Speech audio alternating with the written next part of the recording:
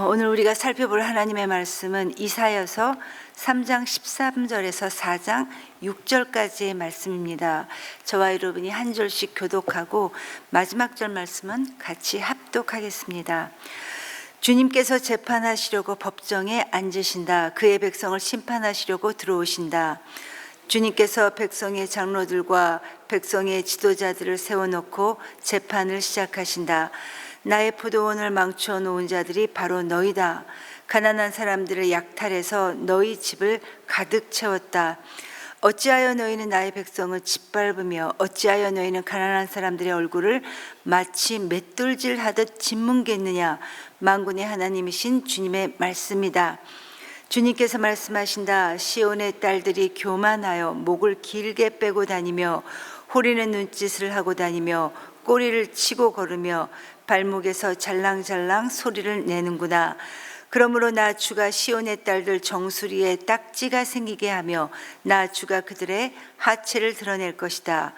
그날이 오면 주님께서는 여인들에게서 발목 장식, 머리 망사, 반달 장식, 귀고리, 팔찌, 머리쓰개, 머리 장식, 발찌, 허리띠, 향수병, 부적, 가락지, 코걸이, 고운 옷, 겉옷, 외투, 손지갑, 손거울, 모시옷, 머리수건, 너울들을 다 벗기실 것이다. 그들에게서는 향수냄 대신에 썩는 냄새가 나고 고운 허리띠를 띠던 허리에는 새끼줄이 감기고 곱게 빗어 넘기던 머리는 다 빠져서 대머리가 되고 고운 옷을 걸치던 몸에는 상복을 걸치고 고운 얼굴 대신에 수치의 자국만 남을 것이다. 너를 따르던 남자들이 칼에 쓰러지며 너를 따르던 용사들이 전쟁터에서 쓰러질 것이다.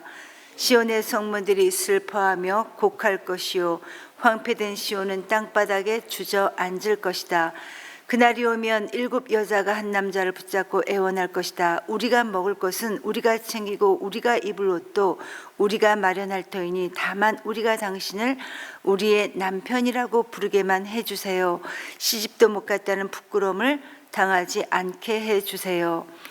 그날이 오면 주님께서 돋게 하신 싹이 아름다워지고 영화롭게 될 것이며 이스라엘 안에 살아남은 사람들에게는 그 땅의 열매가 자랑거리가 되고 영광이 될 것이다.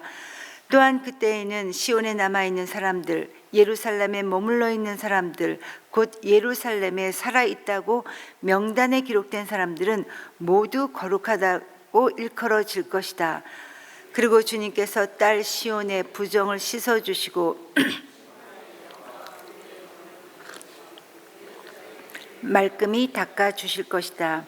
그런 다음에 주님께서는 시온산의 모든 지역과 거기에 모인 회중 위에 낮에는 연기와 구름을 만드시고 밤에는 타오르는 불길로 빛을 만드셔서 예루살렘을 닷집처럼 덮어서 보호하실 것이다.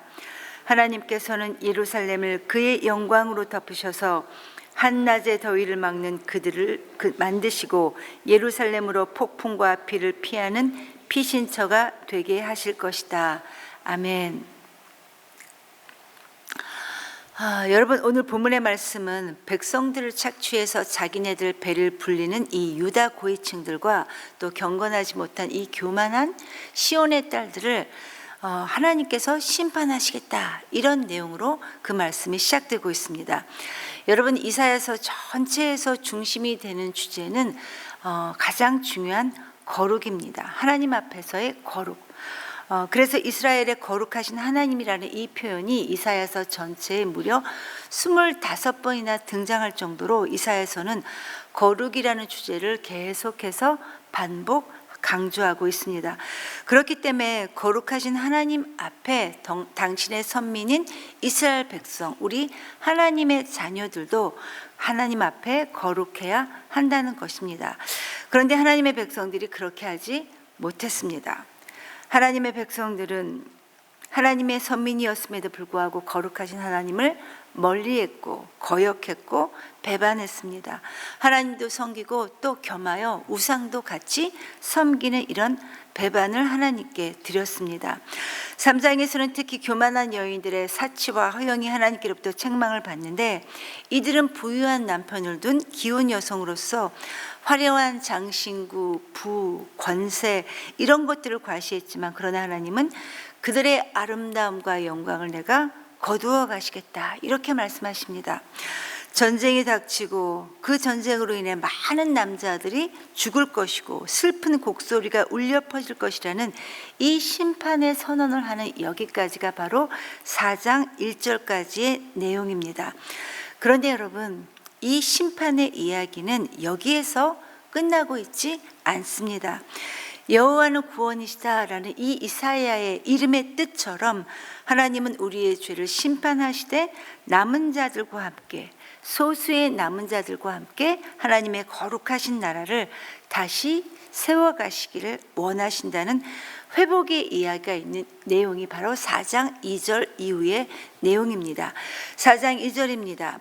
그날이 오면 주님께서 돋게 하신 싹이 아름다워지고 영화롭게 될 것이며 이스라엘 안에 살아남은 사람들에게는 그 땅의 열매가 자랑거리가 되고 영광이 될 것이다. 여러분, 우리 인류의 역사는 끊임없이 하나님을 떠난 죄의 역사였습니다. 아예 처음부터 범죄하지 않았으면 가장 좋았겠지만, 범죄함 이후 인간은 정말 불행하게도 혼자서는 죄를 이길 수 없는 그런 존재가 되어 버렸습니다.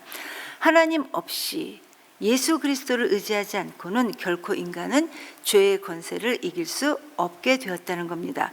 그런데 이런 비참한 우리에게 하나님의 은혜가 임하게 되면, 이런 우리에게 회심이 일어나게 되고 부분적인 회복이 아닌 완전한 회복이 이루어지게 됩니다.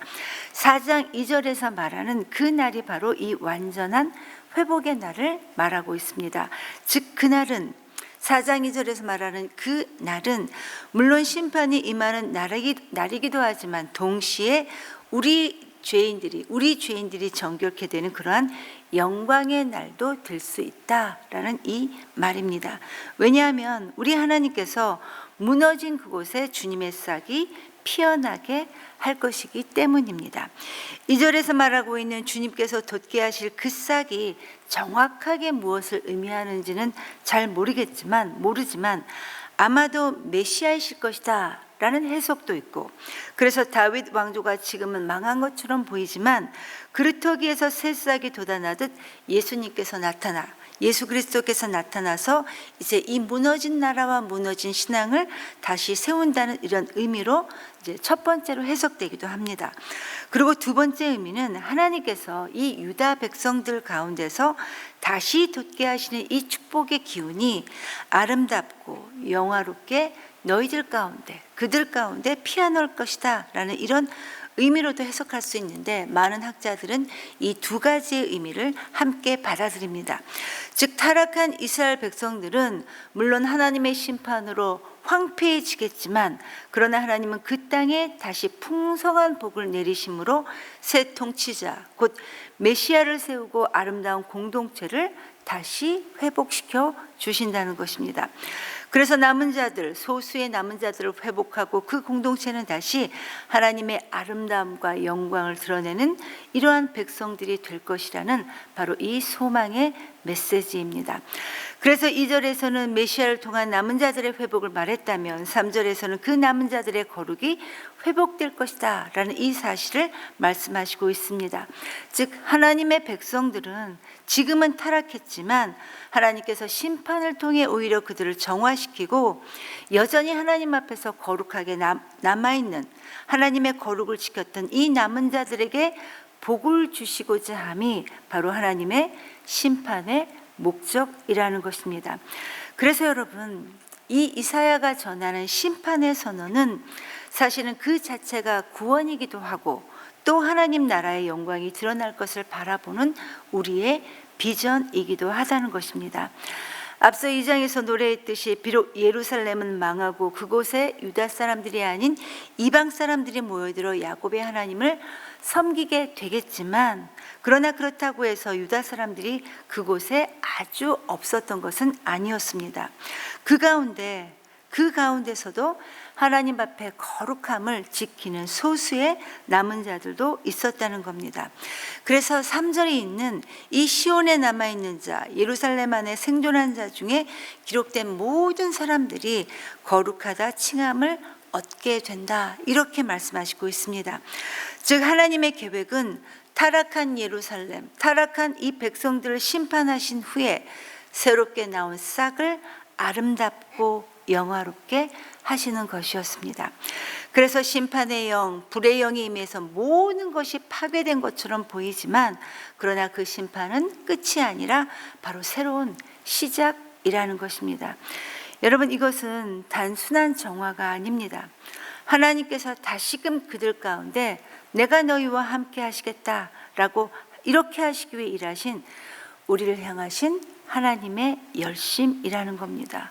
바로 하나님의 사랑입니다. 그리고 하나님께서는 마지막 5절과 6절의 내용을 통해 성전을 회복시키겠다, 이렇게 말씀하시는데, 여러분, 그런데 그 그려지는 모습들이 마치 광야의 성막을 우리에게 연상시켜주고 있습니다. 그 옛날 출애굽 시대 때 광야 성막에 있었던 구름 기둥과 불 기둥이 그 위에 임재하고, 또 하나님의 영광 위에 그 덮개가 놓이고 하는 이 모든 것들이 마치 광야 이스라엘의 삶을 떠올리게 하는 그러한 표현들입니다. 즉 하나님께서는 너희 지금의 모습이 아니라, 타락한 죄로 얼룩진 그 지금의 모습이 아니라, 그 성전이, 예루살렘 성전이 세워지지 않았을 그때의 모습으로 내가 너희들을 돌이키겠다, 회복시키겠다라는 말씀입니다. 여러분, 우리 하나님은 굳이 금, 은, 레바논의 백향목으로 지은 성전을 원하지 않으셨습니다. 정말 하나님께서 중요하게 여기셨던 것은 하나님의 임재를 바라보는 거룩한 백성이었습니다. 우리의 거룩함이었습니다.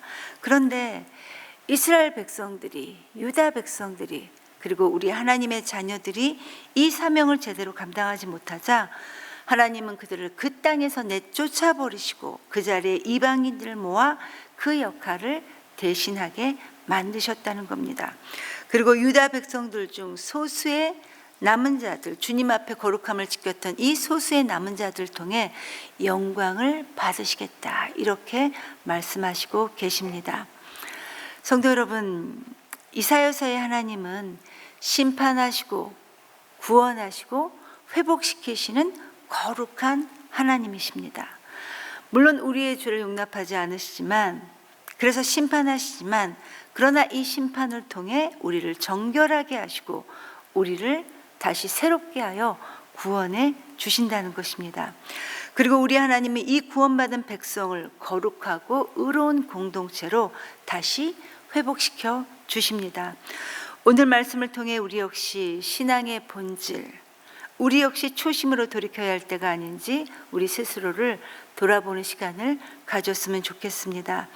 행여나 주님께서 기뻐하지 않으시는 것에 대해 여전히 우리의 마음을 뺏기고 있지는 않은지 우리 스스로를 돌아보면서 오늘도 말씀 앞에서 우리의 모두의 삶이 소수의 남은 자로서 거룩한 삶을 살 수 있기를 간절히 기도합니다. 이 시간 말씀을 기억하면서 하나님께 기도하기 원합니다. 하나님, 우리의 죄악과 우리의 더러움을 씻어주시면 하나님 감사드립니다. 비록 여전히 우리가 이 세상이라는 절망 속에 살아가지만, 그러나 우리 인생에 주님의 싹이 피어나 열매 맺게 하시고 폭풍우 가운데서도 주님의 보호를 받는 우리 모두가 될 수 있도록 하나님 우리를 인도하여 주시옵소서. 그래서 주님 앞에서 거룩한 백성으로 살아갈 수 있도록 하나님 우리를 인도해 주시옵소서, 이렇게 기도하시고, 오늘은 다음 세대를 위해 기도하는 날입니다. 지금 계속해서 여름 성경학교가 진행되고 있습니다. 주님, 우리 아이들이 어려서부터 주님을 신뢰하며 우리 구주 예수 그리스도를 자신의 주님, 내 인생의 구주요 주님으로 고백할 수 있도록 우리 아이들을 축복하여 주시옵소서. 그리고 지금 단기봉사팀들도 역시 시작되었는데 하나님 주님의 말씀을 들고 가는 그 땅에 흑암의 권세가 무너지게 하시고 주님의 마음을 잘 전달하고 안전하게 돌아올 수 있도록 하나님 각 단기봉사팀들에게 함께 하여 주시옵소서. 이렇게 그 팀들을 위해 기도하시고 각자 자유롭게 개인의 기도를 올려드리고 돌아가시겠습니다. 기도하겠습니다.